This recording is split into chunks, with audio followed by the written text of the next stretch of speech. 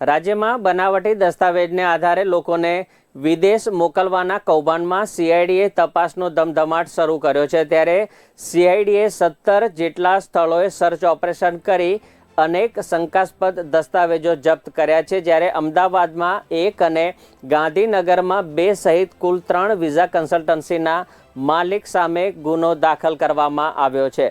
અમદાવાદના હાઈટેક એજ્યુકેશનના માલિક જીગર શુક્લ સામે ફરિયાદ નોંધી પોલીસે ધરપકડ કરી છે। જ્યારે ગાંધીનગરના હોપરેજના માલિક કિશન પટેલ સામે ફરિયાદ નોંધાઈ છે।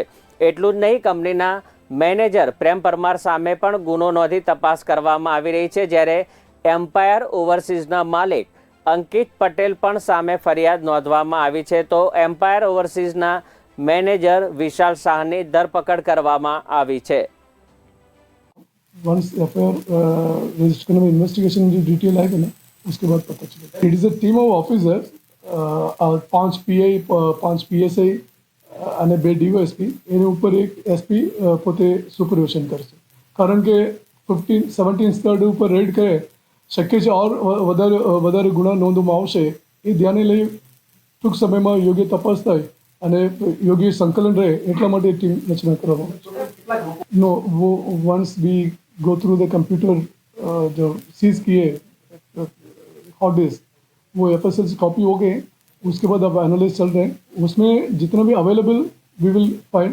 पर जैसे मैंने पहले आपको बताया था डिलीट किए वो पता नहीं चलेगा। Then we have to get it from concerned foreign embassies consular office, वहाँ से हमें पता चलेगा। फॉर एग्जाम्पल लास्ट 3 ईयर्स में जो भी स्टूडेंट्स गए उसमें कौन कौन इनके एजेंट्स के तरफ से गए वो डिटेल आए तो उसके आधार पर પછી તપાસ કરવામાં આવશે। આર્થિક વ્યવહારો હવે તો વિદ્યાર્થીને બોલાવવા પર બાકી છે, તો શરૂઆત છે, ઇટ્સ ઓનલી પ્રાઇમરી સ્ટેજ છે અને મુખ્ય માલિક તો હાલમાં અરજ કરવામાં આવે નથી।